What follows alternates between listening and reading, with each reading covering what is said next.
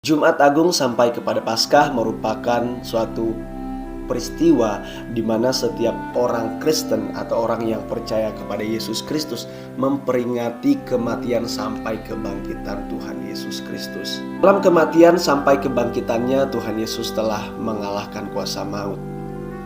Artinya Tuhan Yesus menang atas dosa-dosa manusia dan manusia diselamatkan lewat kematian sampai kebangkitannya. Kenapa saya mengatakan bahwa lewat kematian sampai kebangkitannya? Kematian tanpa kebangkitan merupakan hal yang sia-sia dan tidak pernah akan terjadi keselamatan bagi manusia. Tapi Yesus melakukannya. Dia lahir, saya menjelaskan dari dia lahir sampai kematian sampai kepada kebangkitannya. Lewat kebangkitannya ini merupakan momen di mana orang percaya kepada Yesus Kristus merasa merdeka. Bukan saja merasa, tapi sudah memiliki kemerdekaan. Tidak lagi diperbudak oleh dosa, kata Roma. Perjalanan Yesus Kristus menuju penangkapan sampai kematiannya diwarnai dengan kisah-kisah yang sangat menarik tapi sedih. Mengapa saya mengatakan bahwa kisah ini sangat menarik tapi sedih? Karena kisah ini akan diwarnai dengan orang-orang yang berada atau pernah bersama-sama dengan Yesus Kristus selama masa hidupnya. Mereka adalah orang-orang yang dipilih secara langsung oleh Tuhan Yesus sendiri, yang disebut dengan murid-murid Tuhan Yesus dengan jumlah 12 orang. Pengkhianatan terjadi ketika menjelang penangkapan sampai kematian Yesus Kristus. Tidak asing lagi mungkin di antara kita mendengar nama-nama tersebut. Mereka adalah Yudas dan Simon Petrus. Tapi kali ini saya tidak akan membahas tentang Simon Petrus. Saya akan membahas tentang Yudas. Pastikan bahwa teman-teman menonton video ini dari awal sampai akhir.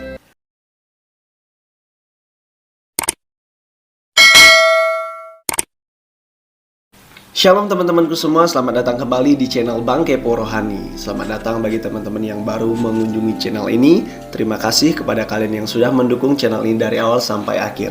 Oke teman-teman, kali ini kita akan membahas edisi tentang kebetulan hari ini, bulan-bulan ini merupakan bulan-bulan kemenangan bagi umat Kristiani atau orang Kristen, khususnya orang yang beriman kepada Yesus Kristus. Siapa Yudas Iskariot sebenarnya teman-teman? Karena banyak nama Yudas juga di dalam perjanjian baru. Yudas Iskariot adalah orang yang dipilih secara langsung oleh Tuhan Yesus sebagai muridnya. Yudas sendiri adalah anak dari Simon Iskariot. Jadi dia adalah anak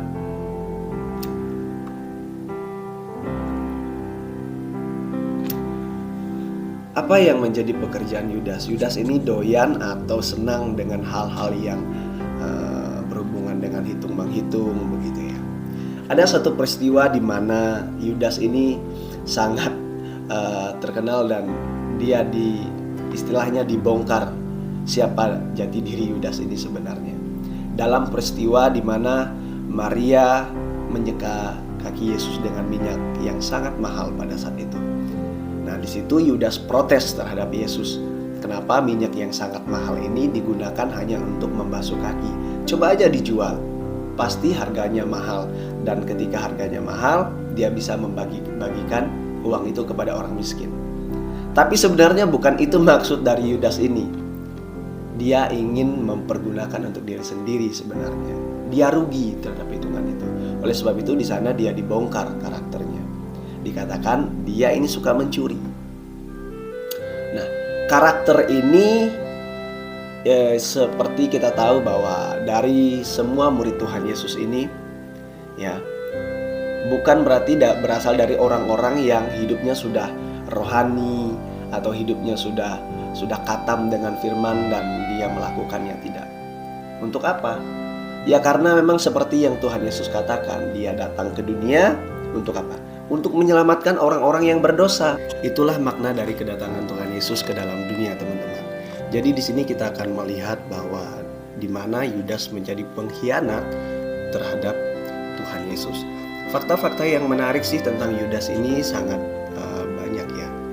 Salah satunya adalah dia tidak pernah menyebut Tuhan Yesus yang adalah harusnya penyebutannya itu seperti murid-muridnya. Yesus adalah Tuhan, tapi dia selalu memanggil Tuhan Yesus itu sebagai gurunya saja. Jadi dia menganggap Yesus Kristus ini bukan Tuhan, bukan Tuhan sang juru selamat, melainkan hanya sebatas guru saja. Lalu ada pertanyaan tentang apakah Yudas ini sudah direncanakan dipilih untuk menjadi binasa? Ini jawaban saya ya teman-teman. Mungkin sudah beredar jawaban di luar sana tentang pemilihan Yudas ini. Tapi menurut saya Yudas dipilih betul. Yudas dipilih menjadi murid Tuhan Yesus. Yudas tidak pernah dipilih untuk menjadi binasa. Dan tidak pernah ada Allah menciptakan manusia untuk dibinasakan. Tapi ada kelompok-kelompok yang mengatakan bahwa ada yang sudah dipilih dan ada yang tidak dipilih begitu. Itu sama juga atau sama artinya mencederai sifat Allah sendiri. Berarti kalau dia memilih ada yang dipilih lalu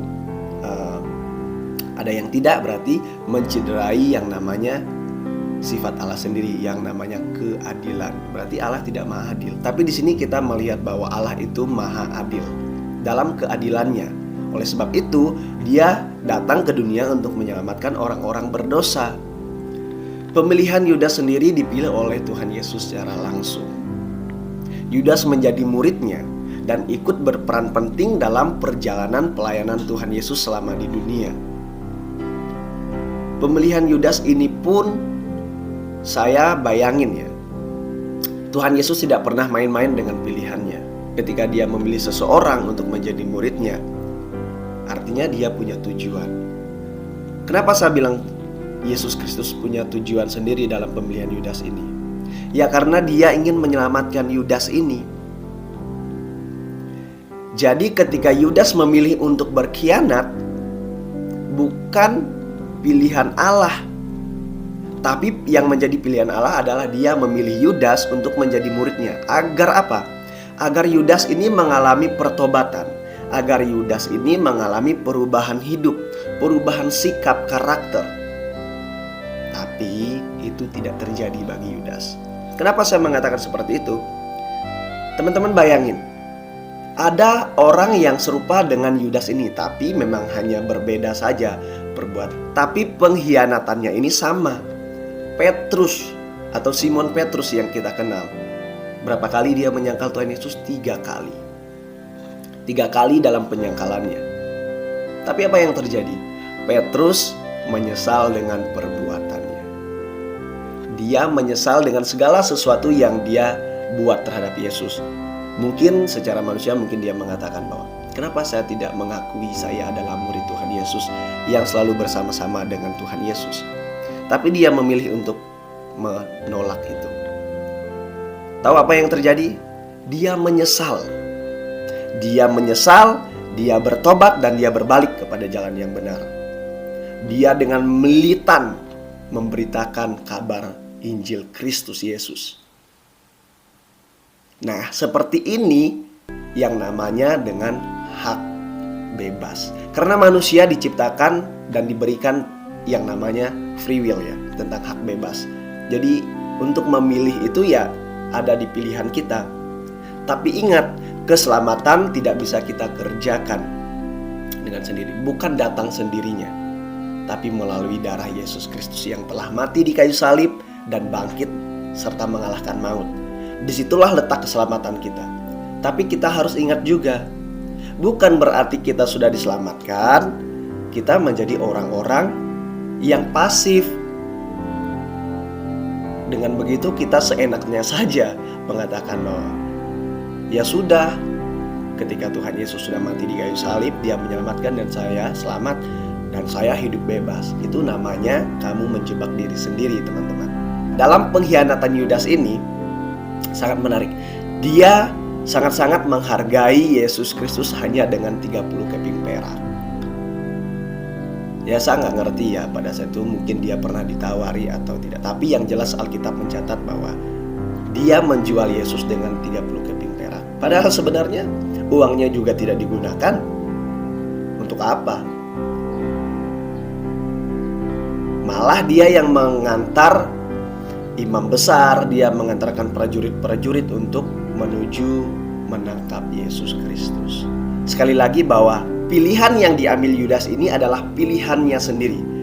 Bukan Allah yang menetapkan untuk dia menjadi binasa. Karena hatinya yang degil, karena hatinya yang tidak mau berubah, membuat dia memilih untuk menjadi pengkhianat. Dia menyesal. Mungkin saja iya dia menyesal, tapi dia tidak melakukan hal yang serupa dengan Simon Petrus. Dia hanya sekedar menyesal saja. Oleh sebab itu teman-teman, perlu diingatkan untuk kita, menyesal saja tidak cukup. Menyesal disertai dengan perbuatan. Berbalik kepada Yesus Kristus, itulah yang dinamakan dengan pertobatan. Untuk apa hanya menyesal kalau tidak bertobat? Nah, Yudas memilih hanya menyesal. Sehingga apa yang terjadi dalam sisa kehidupannya, dalam akhir kehidupannya, dia mati teman-teman. Dia mati bunuh diri. Ada yang mengatakan bahwa ketika dia ingin gantung diri itu, talinya lepas dan setelah itu dia terjatuh, makanya sampai isi perutnya keluar. Tapi nggak apa-apa, boleh-boleh saja. Tapi yang penting di sini adalah kita mau melihat inti dari yang terjadi dengan Yudas ini. Sekali lagi bahwa bukan Allah yang memilih Yudas untuk menjadi binasa. Ini pendapat saya ya. Apa yang saya pelajari, bahwa Allah tidak pernah memilih Yudas untuk menjadi binasa, tapi Yudas sendiri yang memilih dia untuk menjadi binasa. Tuhan sudah memberikan jalan kepada Yudas untuk bertobat. Oke, itu saja.